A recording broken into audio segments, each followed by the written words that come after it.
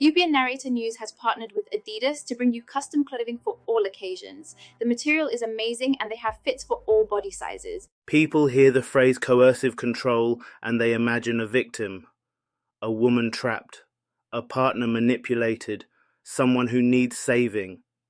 They don't imagine the child born inside the wreckage. They don't imagine the person who exists because of it. I am not the victim of coercive control. I am the product of it. That is a very different psychological architecture. I didn't just grow up in fear. I grew up in the aftershock of terror that never ended.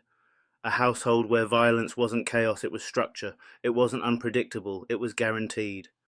Everyone knew, the entire community knew. Not whispered, not hidden, known.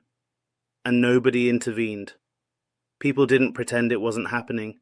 They just stepped aside because they were scared too. That does something to a child's understanding of the world. Not trauma in the cinematic sense, not breakdowns, not hysterics, but a slow neurological calibration toward a single truth. It does not matter how intelligent you are. It does not matter how articulate you are.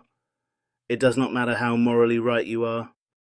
A person willing to commit violence will always win. That was the lesson. That was the curriculum. That was the environment my nervous system formed inside. The house that forms you.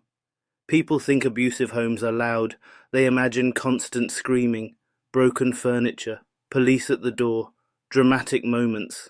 That is sometimes true. But the more dangerous environment is not the chaos. It is the normalization.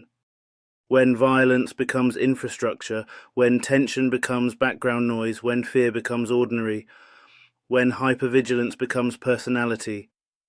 I did not hide when the violence happened. I sought it out. Not because I was curious, not because I was confused, because I already knew what he was, a wild animal, and I needed to document reality in my own mind. Not for evidence, not for rescue, but for memory.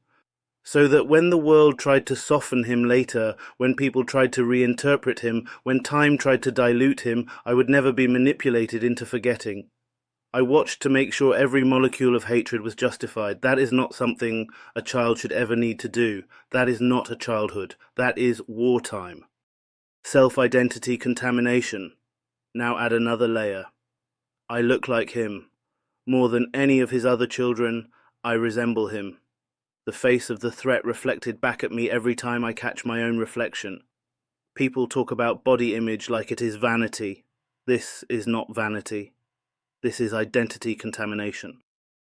When you share the bone structure of someone who caused terror, your mind does not interpret it as neutral genetics. It interprets it as inheritance. It whispers things like, you are his child, you are made from him, you are not separate, you carry him in your blood.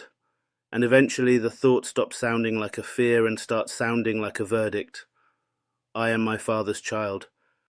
That sentence carries shame, rage, disgust, grief, contamination, not because I believe I am him, but because I cannot escape the visual echo. People underestimate what that does to self-concept. Not insecurity, not low self-esteem, but fractured identity. When your sense of self forms around opposition rather than authenticity. When your entire psychological architecture is built around not becoming something rather than discovering who you actually are. You do not grow into a person. You grow into a battlefield. The fracture. People romanticize dissociation. They call it daydreaming. They call it imagination. They call it sensitivity. It is none of those things. Dissociation is when your mind stops trusting continuity, when memory disconnects from emotion, when identity becomes fragmented because coherence was not safe. I do not remember my childhood properly, not emotionally, not narratively. I remember fragments, snapshots, images without feeling, scenes without continuity, people without names, faces without emotional imprint. That is not forgetfulness. That is a protective architecture that never learned to switch off. It is the mind saying over and over again, we survived by not integrating, we survived by separating, we survived by compartmentalizing, we survived by fragmenting. People want trauma to look dramatic. Mine looks cold. I tell facts without emotion. I recount violence like a historian, not like a victim. Not because I lack feeling, but because my nervous system disconnected emotion from memory as a survival strategy long before I had a choice. That is not weakness, that is adaptation. But adaptation has consequences. The cost is emptiness. Not sadness, not depression, not despair. Emptiness. A quiet, persistent absence of continuity. A sense that the thread of self is always slightly loose. The shadow. People frame experiences like mine as darkness. I reject that framing. Darkness is the absence of light. I am not empty of light. I am full of it. What I carry is shadow. Shadow exists because light exists. Shadow proves depth. Shadow proves dimension. Shadow proves form. My shadow is a companion, a lens, a tether, a weight, a tool. It keeps me grounded. It stops me drifting into delusion. It forces honesty. It strips illusions. It demands precision. My shadow does not destroy me. It disciplines me. What threatens me is not shadow. What threatens me is dissociation, the drift away from embodiment, the sense of unreality, the time distortion, the memory fog, the feeling of floating rather than existing. That is not drama. That is neurological. And the trigger is not conflict, not chaos, not confrontation. The trigger is emptiness and loneliness. When there is nothing external tethering me to my body, the mind begins to untether itself from reality, and I cannot force myself back. It is not willpower. It is not mindset. It is not discipline. I return when alignment returns, when life reconnects me to embodiment, when something real anchors me back into physical presence. What brings me back? What reconnects me is not technique, it is not breathwork, it is not meditation, it is not discipline, it is not routine, it is aliveness, connection, presence, meaningful interaction, creativity, embodiment. When I feel alive again, I feel connected to my body. That is the signal, that is the marker, that is the return, and that is why writing matters. Because writing is not expression for me. Writing is excavation, not performance, not catharsis, not emotional dumping, excavation.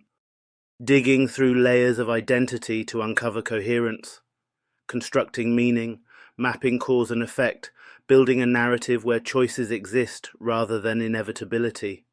My work is not about pain, my work is about agency, about constructing a psychological environment where the reader can pinpoint the moment a decision was made, where they can see the chain, where they can see the structure, where they can see the architecture.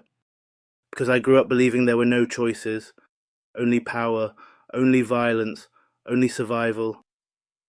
Writing is where I rebuild the world into something intelligible. The existential wound. Here is the truth people struggle to hear. I do not feel like I should be here.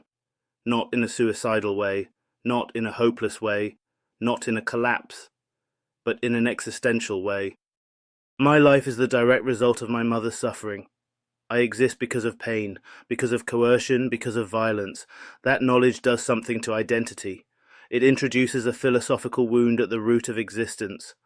I am here because something terrible happened. I am here because someone endured horror. That does not make me fragile. It makes me existentially hyper-aware. And out of that awareness comes two things, anguish and creation. I am like the Bennu bird, not in fantasy, in structure. Every night something inside me burns. Every morning something inside me reforms. Not healed, not redeemed, but reconstructed, not escaping loneliness, not curing fragmentation, living alongside it, because escaping shadow is not the goal, integration is. Why I am not a people person.